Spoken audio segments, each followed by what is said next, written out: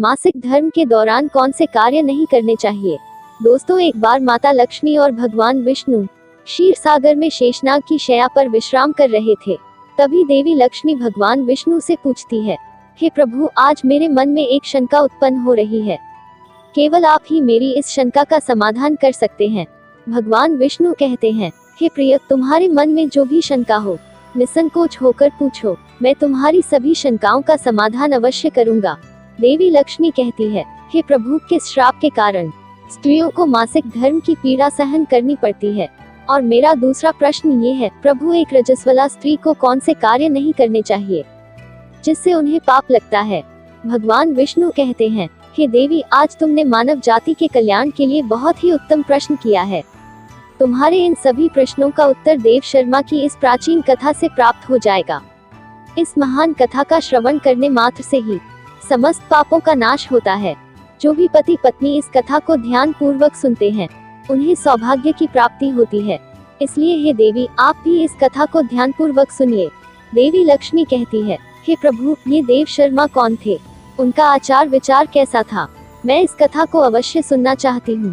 कृपया आप इस कथा को मुझसे कहिए, मैं इसे ध्यानपूर्वक पूरा अवश्य सुनूंगी। भगवान विष्णु कहते हैं, हे देवी, पूर्व काल की बात है। मध्य देश में एक अत्यंत शोभायमान नगरी थी। उस नगरी में देव शर्मा नाम के ब्राह्मण रहा करते थे। देव शर्मा को समस्त शास्त्रों और वेदों का ज्ञान था। वह परम बुद्धिमान, गुणवान तथा धर्म कार्य में तत्पर रहता था। सभी वर्गों के लोग उन्हें बड़ा सम्मान देते थे। वे प्रतिदिन यज्ञ, दान, धर्म तथा संध्या उपासना किया करते थे। वे पशु, पुत्र, बंधु बांधव तथा धन संपत्ति से संपन्न थे। देव शर्मा की पत्नी का नाम भगना था। वह भी अत्यंत चरित्रवान, गुणवान तथा पतिव्रता धर्म का पालन करने वाली स्त्री थी। फिर एक दिन देव शर्मा ने अपने घर पर सत्यनारायण भगवान की पूजा रखी और सभी ब्राह्मणों को स्वयं जाकर निमंत्रण दिया। नगर में निवास करने वाले समस्त मनुष्यों को उसने पूजा के लिए तथा भोजन के लिए बुलाया। फिर पूजा के दिन समस्त ब्राह्मण उसके घर पर पधारे। देव शर्मा ने सभी ब्राह्मणों का विधिपूर्वक पूजन किया और उनका आदर सत्कार किया। फिर उसने सभी ब्राह्मणों को घर के अंदर बुलाया और सुंदर आसन देकर उन्हें बिठाकर भोजन कराया। ब्राह्मणों को भोजन कराने के बाद उसने भगवान का स्मरण करते हुए सभी को वस्त्र आदि का दान करके विदा किया। वे सभी ब्राह्मण देव शर्मा को आशीर्वाद देकर वहां से चले गए। उसके बाद उसने अपने परिवार, बंधु बांधव तथा अनेक दीन दुखियों और भूखे लोगों को भोजन कराया। इस प्रकार से सभी को भोजन कराकर और पूजा संपन्न करके जब वह ब्राह्मण अपने घर के द्वार के सामने खड़ा रहा, तब उसने देखा कि उसके घर के सामने एक कुतिया और बैल बात कर रहे थे। उस ब्राह्मण ने उस कुतिया और बैल की पूरी बात सुनी तो उसे बड़ा आश्चर्य हुआ। वह कुतिया और बैल उसके माता पिता ही थे, जो पिछले जन्म के पाप के कारण इस जन्म में कुतिया और बैल बन गए थे। तब वह ब्राह्मण मन ही मन सोचने लगा, ये दोनों तो साक्षात मेरे माता पिता ही है, जो मेरे घर पर पशु बनकर आए हैं। किस कारण से इन दोनों को प्राणियों का शरीर प्राप्त हुआ? अब इनके उद्धार के लिए मैं क्या करूं? इस प्रकार विचार करते हुए उस ब्राह्मण को रात भर नींद नहीं आई और वह रात भर भगवान का स्मरण करते हुए सोच विचार करने लगा। उसने सोचा, मेरे माता पिता की मुक्ति का उपाय केवल मुनि वशिष्ठ जी ही बता सकते हैं। इसलिए सुबह होते ही देव शर्मा स्नान आदि कार्य संपन्न करके मुनि वशिष्ठ जी के आश्रम पर पहुंच गए। आश्रम पर आते ही मुनि वशिष्ठ जी ने देव शर्मा का स्वागत किया। वशिष्ठ जी कहने लगे, हे ब्राह्मण श्रेष्ठ, आज किस कारण से आपका हमारे आश्रम में आगमन हुआ है? आप दुखी दिखाई पड़ते हो, आपके दुख का क्या कारण है, बताओ। देव शर्मा कहता है, हे मुनिवर, आपको प्रणाम है। आपके दर्शन से आज मेरा जन्म सफल हुआ है। हे मुनिवर, आज मैं आपके पास एक शंका लेकर आया हूँ। कृपया आप ही मुझे इस दुख से बाहर निकाल सकते हैं। मैं अत्यंत दुखी और दुर्बल हो गया हूँ।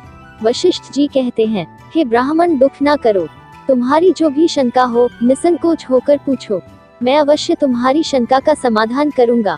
फिर देव शर्मा कहता है, हे मुनिवर, कल मैंने अपने घर पर भगवान विष्णु का पूजन किया तथा अनेक ब्राह्मणों को और भूखे लोगों को भोजन कराया। विधि पूर्वक भगवान का पूजन किया। फिर मेरे द्वार पर एक कुतिया और एक बैल आ गया। दोनों मेरे घर के सामने खड़े होकर बात कर रहे थे। सबसे पहले कुतिया उस बैल से इस प्रकार से कहने लगी, हे स्वामी, आज जो घटना घटी उसे सुनिए। हमारे पुत्र के घर में ब्राह्मणों के भोजन के लिए जो दूध रखा था, एक सांप ने उस दूध के बर्तन में अपना विष उगल दिया था, जिसे देखकर मुझे बड़ी चिंता होने लगी। उसी दूध से भोजन बनने वाला था। अगर सभी लोग उस दूध को पी लेते तो उनकी मृत्यु हो जाती। इसलिए मैंने उस बर्तन में से सारा दूध पी लिया। जब बहू की दृष्टि मुझ पर पड़ी तो उसने मुझे खूब पीटा, जिससे मेरा अंग भंग हो गया। मुझे बहुत पीड़ा हो रही है, इसी कारण से मैं लड़खड़ाते हुए चल रही हूँ। मुझसे यह पीड़ा सहन नहीं हो रही है। कुत्तिया की बात सुनकर वह बैल बहुत दुखी हुआ और वह खुद का वृतांत सुनाने लगा। हे प्रिय, अब मैं तुम्हें मेरे दुख का कारण सुनाता हूँ। मैं पूर्व जन्म में इस ब्राह्मण का पिता था। आज इस ब्राह्मण ने सभी लोगों को भोजन कराया, किंतु इसने मेरे सामने घास तक नहीं डाली और ना ही मुझे जल पिलाया। इसी कारण से मैं बहुत दुखी हो गया हूँ।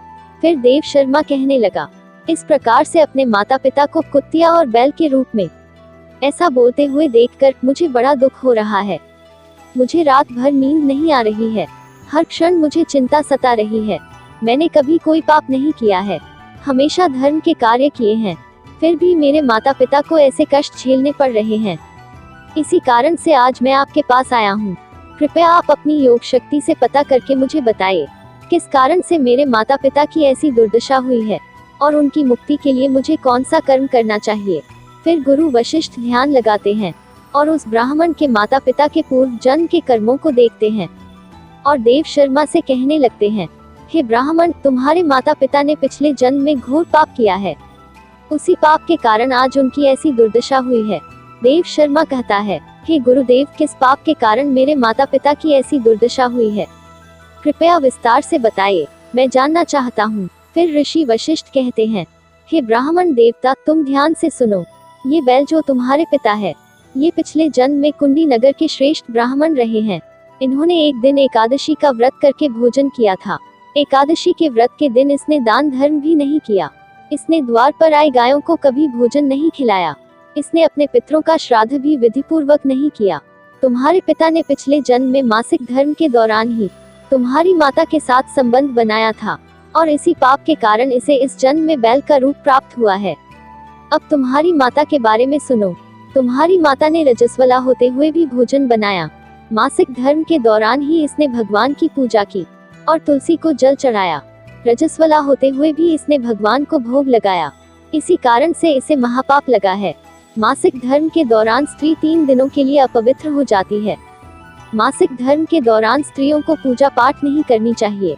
स्त्रियों को इन 3 दिनों में अपने बाल भी नहीं धोने चाहिए। इससे पति की आयु कम होती है। मासिक धर्म के दौरान पेड़ पौधों को स्पर्श न करें। रजस्वला स्त्री के साथ संबंध भी नहीं बनाना चाहिए। जो पुरुष मासिक धर्म के दौरान संबंध बनाता है उसे ब्रह्महत्या का पाप लगता है। जो रजस्वला के वस्त्रों को स्पर्श करता है उसे भी पाप लगता है। रजस्वला स्त्री के शरीर में 3 दिनों तक ब्रह्महत्या का पाप निवास करता है और चौथे दिन ही वह स्नान करके पवित्र हो जाती है। चौथे दिन स्नान करने के पश्चात रजस्वला स्त्री को अपने पति का मुख देखना चाहिए, अन्य किसी पुरुष का मुख नहीं देखना चाहिए। यदि पति समीप ना हो तो सूर्य देव के दर्शन करने चाहिए। गुरु वशिष्ठ कहते हैं, हे ब्राह्मण, इसी पाप के कारण तुम्हारे पिता को बैल और तुम्हारी माता को कुत्तिया का जन्म प्राप्त हुआ है। देव शर्मा कहता है, हे मुनीश्वर, अब आप मुझे मेरे माता पिता की मुक्ति के लिए उपाय बताइए।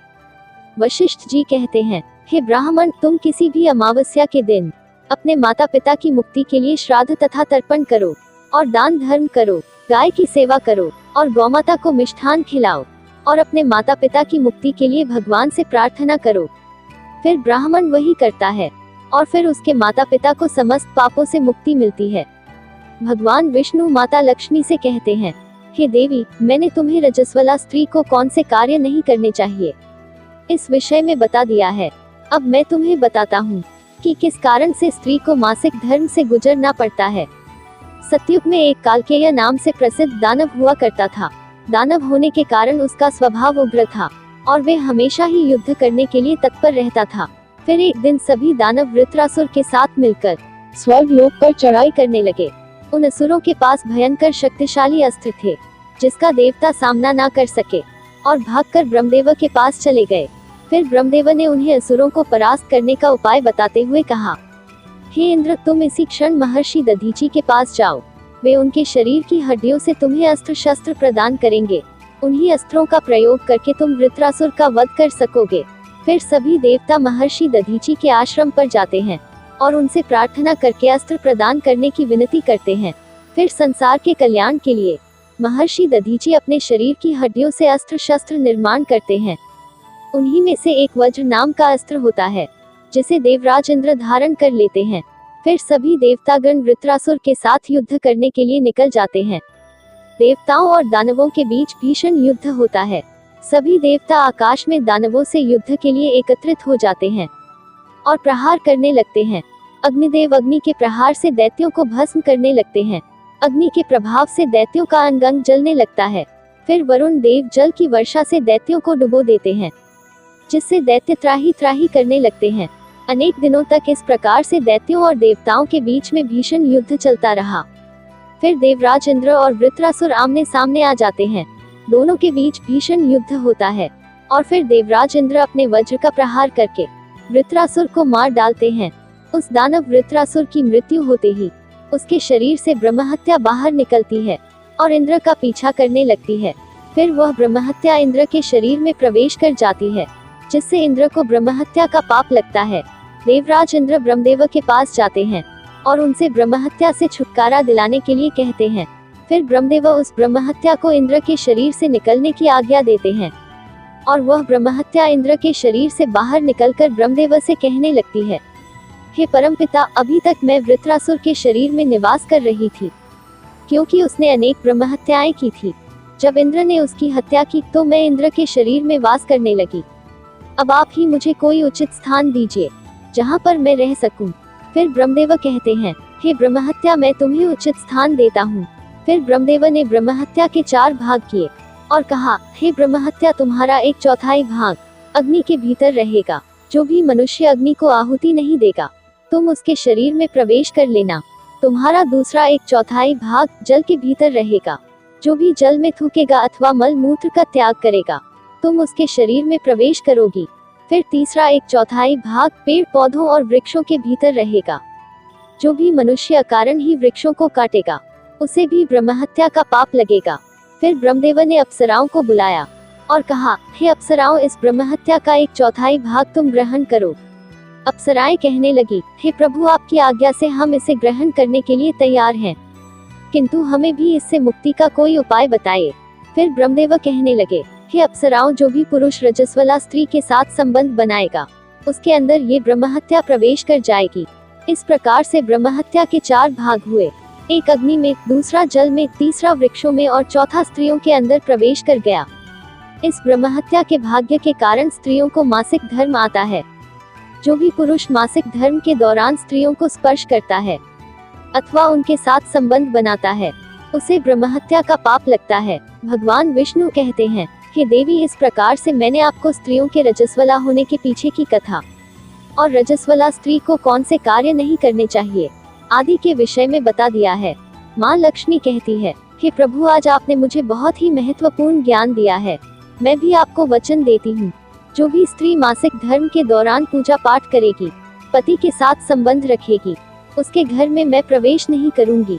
दोस्तों, आपको यह कथा कैसी लगी? आप कमेंट बॉक्स में जय श्री कृष्ण लिखकर अवश्य बताएं और वीडियो को लाइक और शेयर करें। यदि आप हमारे चैनल पर नए हैं तो हमारे चैनल को सब्सक्राइब जरूर करें। धन्यवाद दोस्तों।